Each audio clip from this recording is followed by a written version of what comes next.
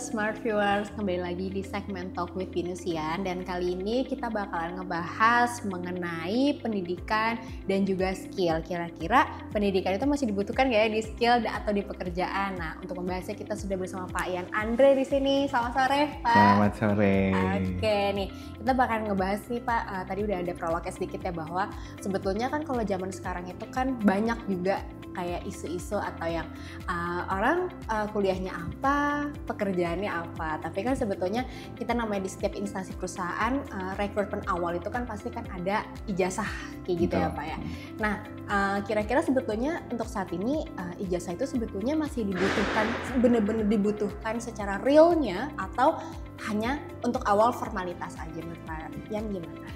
Kalau saya lihat dan beberapa ngobrol sama teman-teman di HR kali ya, memang ada beberapa posisi-posisi yang dilamar itu ada yang memang harus dikonfirmasi melalui ijazah, daftar nilai gitu, karena memang requirement-nya seperti itu gitu. Jadi kalau dibilang ijazah formalitas, mungkin kesannya formalitas karena untuk mengkonfirmasi seleksi administratif.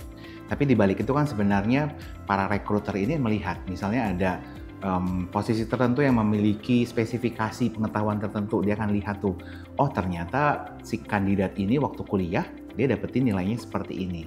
Kemudian ataupun ada beberapa yang butuh konfirmasi ke data-data yang ada di Dikti gitu. Benar nggak sih ini ijazahnya dilampirin sih, tapi apakah benar dia lulusan S1? Karena memang requirement-nya mensyaratkan hal tersebut gitu. Jadi memang ijazah formalitas sebenarnya enggak juga gitu ya, karena memang itu sebagai evidence yang memang dicek oleh para recruiter, plus untuk melihat kompetensinya dia juga sebenarnya kan, apakah memang karena ada beberapa lowongan-lowongan yang memang punya spesifikasi keilmuan tertentu yang memang dikonfirmasi melalui si ijazah itu sebenarnya kan.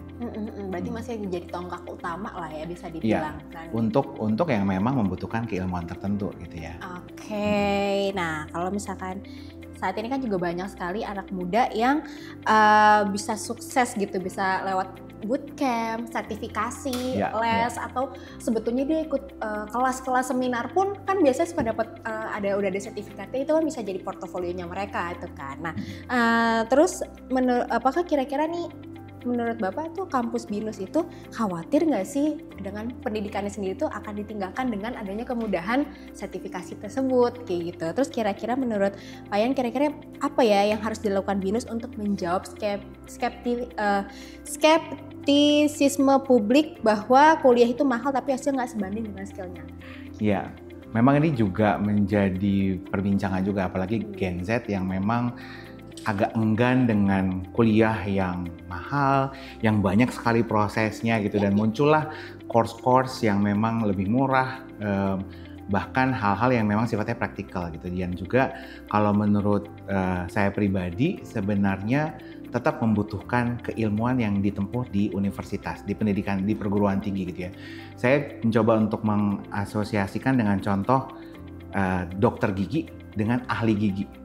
Ini yang ahli gigi semua belajar dari praktikal, pengalaman gitu ya, observasi di lapangan, tanpa mempelajari teori kedokteran gigi seperti apa. Sedangkan seorang yang lulus di kedokteran gigi, dia kan basicnya dapat teori, tahu lebih dalam teori, dan dia juga dilatih dengan praktek. Ya, jadi ahli gigi cabut gigi tanpa melihat syaraf. Tapi kan kedokteran gigi, seorang dokter gigi yang sudah berhasil lulus, disumpah sebagai dokter gigi, dia tahu pada saat cabut gigi ada beberapa saraf yang harus dilihat, apa yang harus dilakukan, semua dianalisa lebih dalam. Jadi sertifikasi bisa melengkapi, tapi jangan tinggalkan perguruan tinggi kalau menurut saya. Karena memang di perguruan tinggi teori-teori dasar, kemudian mahasiswa kan kalau perguruan tinggi dilatih untuk research base. Jadi bagaimana dia critical thinking, menalar, menganalisa secara mendalam, itu yang penting.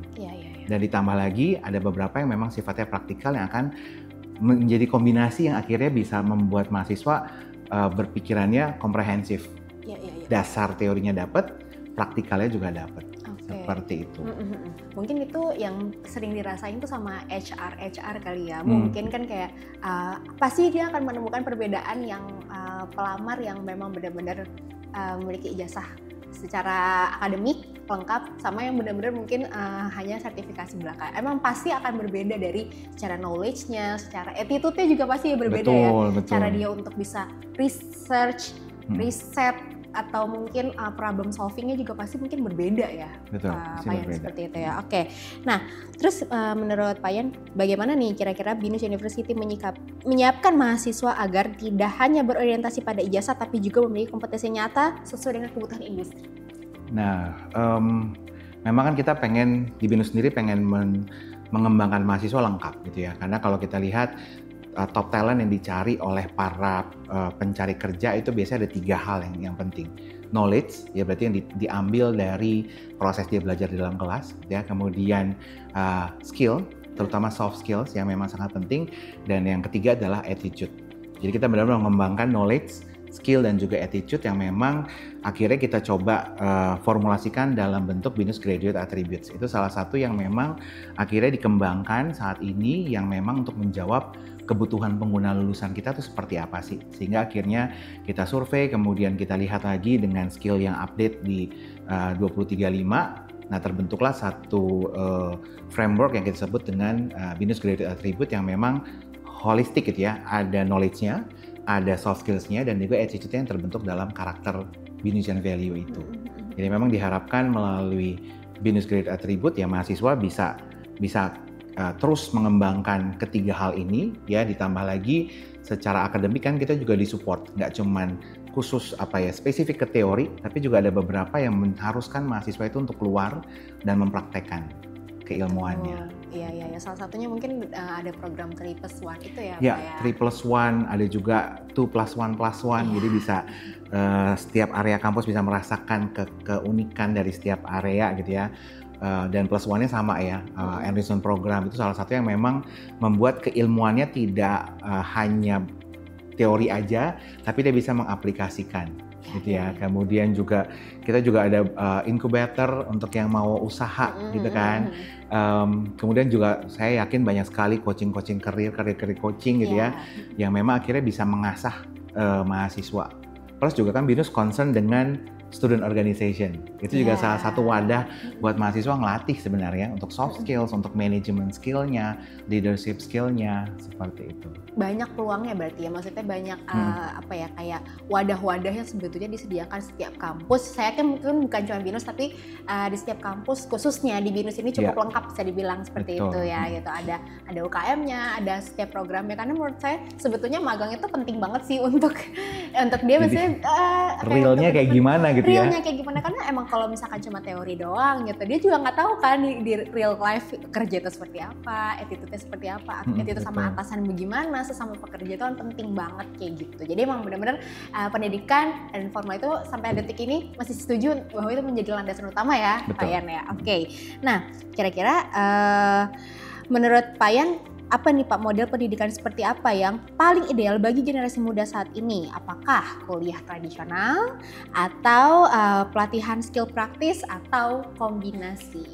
Mungkin kombinasi ya, maksudnya basicnya mereka harus diajarkan tentang ini tuh dasarnya apa sih, sehingga dari situ dia bisa menalar dan bisa mengembangkan untuk lebih komprehensif lagi, lebih praktikal lagi. Karena kan yang namanya Gen Z harus tahu kenapa sih saya harus belajar ini, kenapa saya perlu mempelajari itu gitu ya. Jadi pada saat dia dapetin teori mungkin dia bertanya kenapa sih saya harus belajar ini.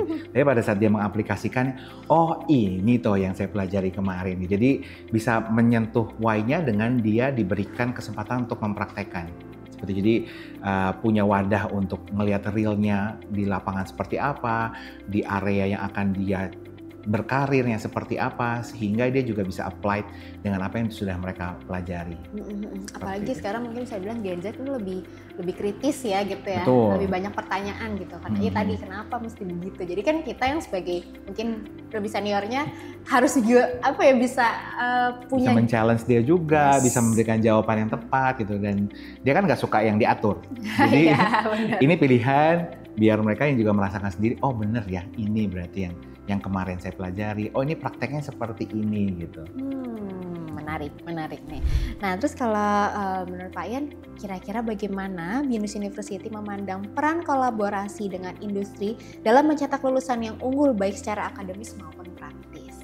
sangat penting lah ya, karena kan benar-benar sebenarnya program enrichment itu yang dia magang dan beberapa track yang lainnya gitu ya, itu kan program kolaborasi dengan industri, dan itu benar-benar menggodok mahasiswanya sebelum dia berkarir beneran setelah lulus kan di program magang ini. Jadi memang sangat penting menjalin kolaborasi, komunikasi juga, bagaimana mahasiswa ditempatkan di perusahaannya, di industrinya, dan dipergunakan secara tepat gitu ya. Bukan hanya sekedar membantu menyelesaikan pekerjaan-pekerjaan administratif, tapi juga dia bisa mempraktekkan, mengaplikasikan keilmuan yang dipelajarin sebenarnya itu. Dan dengan terbukanya kesempatan di industri, ya mahasiswa-mahasiswa kita juga akhirnya punya pengalaman nyata untuk mengaplikasikan apa yang ada di dalam kelas sebenarnya. Nah, terus kalau misalnya kayak kembali lagi misalnya kalau misalnya isu kayak ini kuliahnya apa, pekerjaannya apa gitu. Menurut Pak Yan tuh sebetulnya apa ya itu bisa terjadi gitu? Apakah mungkin bisa jadi karena kuliahnya misalnya disuruh sama orang tuanya itu. Ya bisa jadi gitu ya. Tapi 4 tahun atau ya sekitar 4 tahun teman-teman kuliah sampai selesai pasti seenggaknya ada yang nyantel gitu ya. Dan saya kan dari psikologi juga ada beberapa teman-teman psikologi yang tidak berkarir di dunia psikologi, bahkan ada di dunia komputer. Tapi akhirnya tetap basic-basic tentang pengenalan manusia, personality seseorang kan mereka belajar tuh ya. Itu yang akhirnya diaplikasikan di saat dia bekerja yang tidak sesuai dengan latar belakang pendidikannya. Terutama yang kerasa teman saya yang bergelut akhirnya di dunia IT, dia ngambil S2-nya jadi IT, tapi dia cukup fluent untuk menyampaikan bahasa-bahasa komputer ke user dia yang non-komputer. Jadi kayak menpsikologikan bahasa coding gitu ya. Memanusiakan bahasa coding pada saat dia user requirement ke usernya. Jadi ya mungkin memang akhirnya nggak optimal gitu. Tapi pasti kan sekarang realitanya ada yang seperti itu. Kuliahnya A, kerjanya C gitu ya. Ya saya yakin pasti ada yang nyangkut nih yang memang bisa diimplementasikan. Dan ya karena apa? Mungkin karena kesempatannya belum ada ya kan. Mencari kerja juga sangat challenging belakangan ini. Jadi mungkin ada beberapa yang ini ada, kita hajar aja deh gitu. Oke, nah sebenarnya kembali lagi nih kita. Apakah mungkin Pak yang melihat bahwa kemungkinan di masa depan kuliah akan lebih fleksibel, misalnya membentuk modular dengan fokus pada skill tertentu yang tadi agak korelasi sedikit sama yang tadi sih Pak?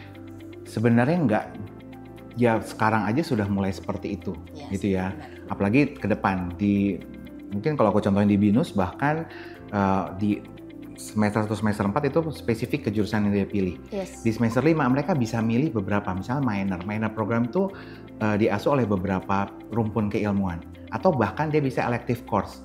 Anak psikologi mau belajar kulineri bisa, dia mau belajar coding juga silahkan. Jadi sebenarnya hal tersebut saat ini sudah mulai terjadi gitu dan mungkin kedepannya keilmuan itu bisa saling melengkapi gitu ya. Sekarang aja kan skripsi pun ada yang multi rumpun keilmuan gitu. Jadi memang akhirnya kolaborasi antar rumpun ilmu akhirnya bisa memunculkan sesuatu yang lebih komprehensif gitu. Jadi kayak anak psikologi gabung sama computer science, gabung sama anak desain untuk menciptakan sebuah mungkin intervensi psikologi yang lebih menarik dengan teknologi yang tinggi misalnya seperti itu. Jadi itu yang memang akhirnya saya lihat di kedepannya akan lebih banyak kolaborasi antar keilmuan sehingga bisa menghasilkan sesuatu yang lebih dibutuhkan masyarakat secara komprehensif jadinya. Oke, karena ilmu berkembang, teknologi ditambah dengan teknologi juga. Berkembang, how to-nya pasti akan juga berubah. Jadi nanti pasti kedepannya akan banyak kolaborasi keilmuan seperti itu ya. Oke, Pak Yan, ini terakhir nih, kira-kira pesan apa sih Pak yang pengen disampaikan gitu kepada mahasiswa agar mampu menyeimbangkan kuliah dengan perkembangan skillnya? Yang pasti jangan kuliah doang. ya kuliah penting gitu ya. Tapi jangan cuman hadir di kelas, menyelesaikan courses, kemudian menyelesaikan assignment, udah gitu. Dan nggak melakukan apa-apa lagi. Yang paling penting adalah sambil kuliah, sambil belajar, nikmatin masa kuliahnya yang cuma 4 tahun atau sampai 4-5 tahun ya kalau dia double degree misalnya. Aktiflah mencari tahu, aktiflah mencoba sesuatu gitu ya, karena kalau cuma jadi mahasiswa kupu-kupu kuliah pulang nggak akan ada hasilnya gitu. Karena kalau teman-teman di sini mau menjadi sebuah lulusan yang lengkap, berarti tadi nggak cuma knowledge doang, skillnya juga diasah. Skill ini kan juga perlu dieksplor dari kegiatan di luar kelas, gitu ya. Dan juga attitude. Attitude terbentuk pada saat kita aktif di organisasi, pada saat magang, gitu ya, dipecut sama ketua kita, nanti di organisasi kemahasiswaan, dipecut sama supervisor kita, itu lama-kelamaan attitude kita terbentuk gitu ya. Jadi berinisiatiflah untuk mencoba sesuatu ya, bahkan part-time juga silahkan. Jadi jangan cuma kuliah pulang, jadi aktiflah dalam kegiatan di kampus maupun di luar kampus yang punya kesempatan gitu kan. Mahasiswa kita juga banyak yang part-time di jadi barista kah, apa itu kan satu pengalaman yang akhirnya membuat kita juga punya kompetensinya jadi meningkat. Betul, jadi itulah tadi ya kalau misalnya kuliah ke formalitas untuk ijazah tuh masih penting bisa dibilang gitu. Nah itu bisa menjadi evidence dan juga data diri kita untuk bidang kita gitu. Tapi memang upgrade skillnya juga penting gitu ya teman-teman. Sekarang tuh udah banyak banget kok kayak dari mungkin Instagram atau dari sosmed atau dari manapun untuk ngebuka kelas atau apapun itu tuh bisa gampang banget sekarang tuh lebih mudah. Jadi selagi masih ada kesempatan silahkan diambil untuk update skill kalian. Tapi jangan lupa selesaikan kuliah tepat waktu. Betul. Makasih ya Pak Yan atas waktunya ya. Semoga obrolan kita bisa menjadi insight bagi para binus ya. Amin. Dan kita kembali ke studio.